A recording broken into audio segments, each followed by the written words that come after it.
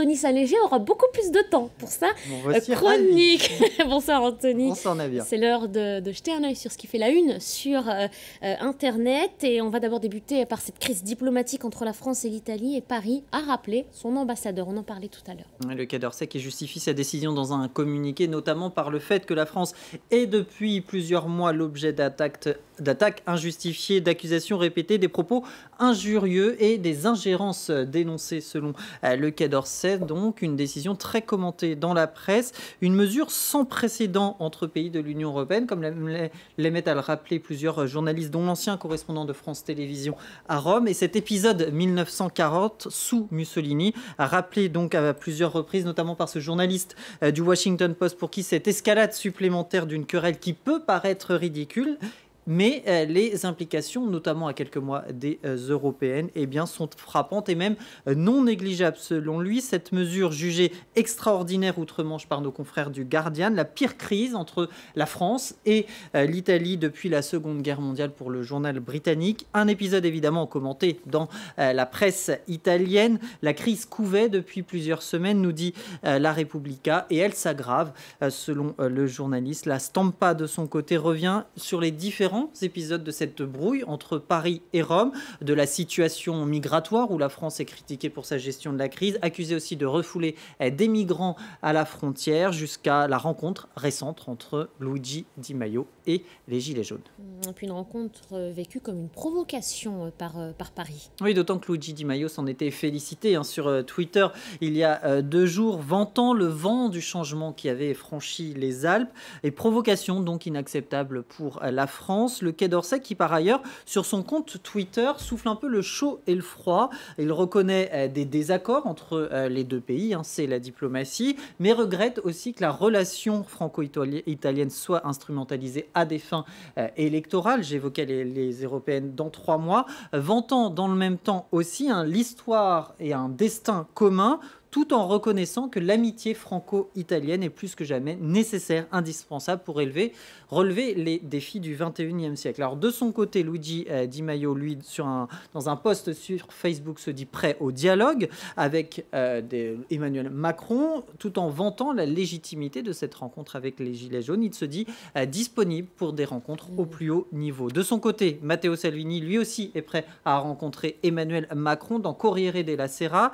Il se dit prêt à tourner la page. Encore faut-il que la France cesse de refouler les migrants à la frontière. C'est ce sur quoi il tient à insister. Alors Salvini et Di Maio sont responsables, nous dit un autre Di Maio, Marco, cette fois, un député qui n'a rien à voir avec Luigi, pour qui ce député, eh bien, ils attisent le feu, mais c'est tous les Italiens qui en paieront le prix. Les torts sont partagés, estime de son côté ce tweeto, qui rappelle aussi qu'Emmanuel Macron a bien eu des mots envers les dirigeants italiens. On se souvient notamment de la lèpre nationaliste, une situation qui a amusé l'ancien conseiller de Laurent Gbagbo, qui fait le parallèle lui avec l'Union européenne et certains pays d'Afrique. La France donne des leçons mais ne veut pas en recevoir, estime-t-il. Le Rwanda et la RD Congo ont su tenir tête, se réjouit-il. On se souvient que Salvini avait d'ailleurs accusé la France d'appauvrir l'Afrique. Et alors que certains s'éloignent, conclut cet internaute, et bien d'autres pendant ce temps continuent leur rapprochement. Le couple mythique.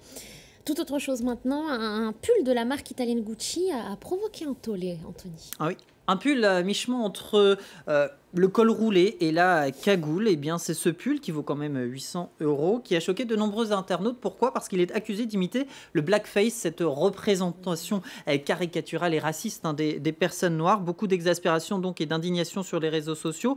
Certains ont d'ailleurs pointé du doigt la correspondance de calendrier, plus précisément le Black History Month, cette célébration annuelle de l'histoire de la diaspora africaine. Cette tweeto, elle, critiquait plutôt de manière générale le manque de diversité au sein de la marque, et demandant aussi à la marque d'arrêter de présenter des excuses. Vous n'êtes pas désolé, nous dit-elle, car en effet Gucci a réagi, présenté ses excuses, dit en avoir tiré toutes les leçons nécessaires et même retiré le pull de la vente. Et on se souvient qu'en décembre dernier, la marque Prada, autre marque italienne, avait elle aussi présenté ses excuses pour avoir présenté ses produits, rappelant là aussi le blackface dans une de ses vitrines de New York, et elle avait annoncé se doter d'un conseil sur la diversité et le racisme.